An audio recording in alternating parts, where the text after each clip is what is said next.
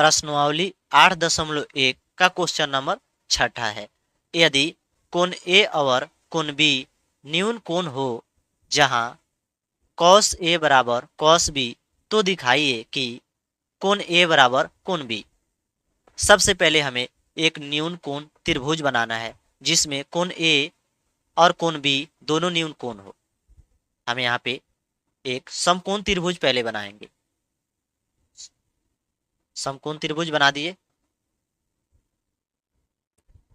जो ये समकोण है इसका मान हम क्या लिखेंगे, यहाँ पे C लिखेंगे, क्योंकि कोण A और कोण B न्यून बोल रहा है। तो दो कोण समकोण में क्या होता है, न्यून होता है। तो हम इसे A लिखेंगे और यहाँ पे B लिखेंगे, और C जो है समकोण हो गया और दोनों बाकी कोण न्यून कोण हो गया। ठीक है। उसके बाद बोल रहा है जो cos A बराबर cos B, तो दिखाइए कि कोण A बराबर कोण B।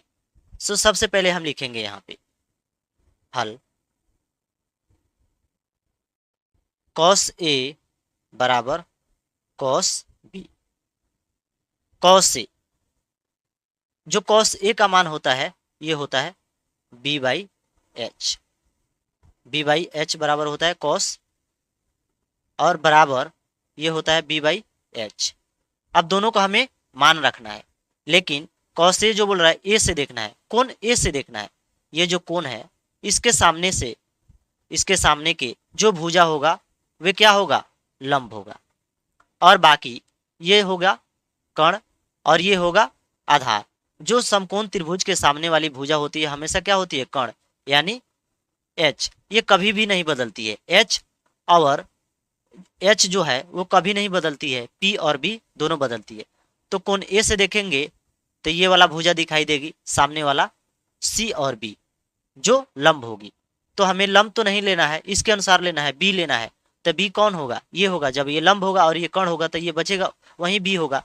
तो लिखेंगे AC बाटा AB।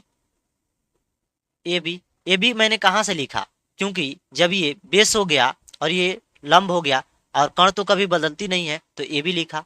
बराबर है तो बराबर। फिर उसी प्रकार अब B/H है, लेकिन अब हमें देखना है कोण B से। अब कोण B से जब हम देख रहे हैं, यहाँ से देख रहे हैं, तो सामने वाला भुजा ये है, तो ये तो लंब हो गया। जब ये लंब है और ये कर्ण है जो नहीं बदलती है, तो आधार तो यही होगा। तो आधार पूछ रहा है B यानी आधार, तो CB या BC आप जो लिख सकते हो। यहाँ पे मैं BC लिख रहा हूँ, आप CB भी लिख सकते हो, बात बराबर होगा। BC बाटा उसके बाद क्या बोल रहा है, H का तो मान कभी नहीं बदलता है। AB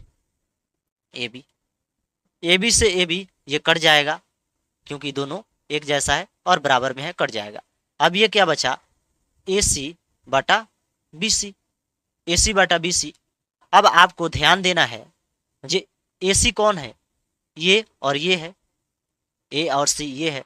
इसके सामने वाला, इसके सामने का जो है, इसके सामने का कोण कौन है, जो इस भुजा के सामने का कोण कौन है, तो ये B है। तो यहाँ पे लिखेंगे AC के सामने कोण B बराबर जो BC है, इसका भुजा कौन है, ये है B और C। इसके सामने का कोण कौन है, ये वाला कोण है, कोण A। तो कोण B बराबर कोण A, और यहाँ क्या पूछ रहा, कोण A बराबर कोण B, यानी कि बात बराबर है। आप चाहो तो इसे ऐसे लिख सकते हो, कोण A बराबर कोण B। अब यहाँ पे आपको लिख देना है सिद्ध हो गया, सिद्ध हुआ। क्योंकि आप अगर ऐसे भी लिख सकते हो तो कोई बराबर में है, इधर रहे चाहे उधर रहे, बात बराबर होगी।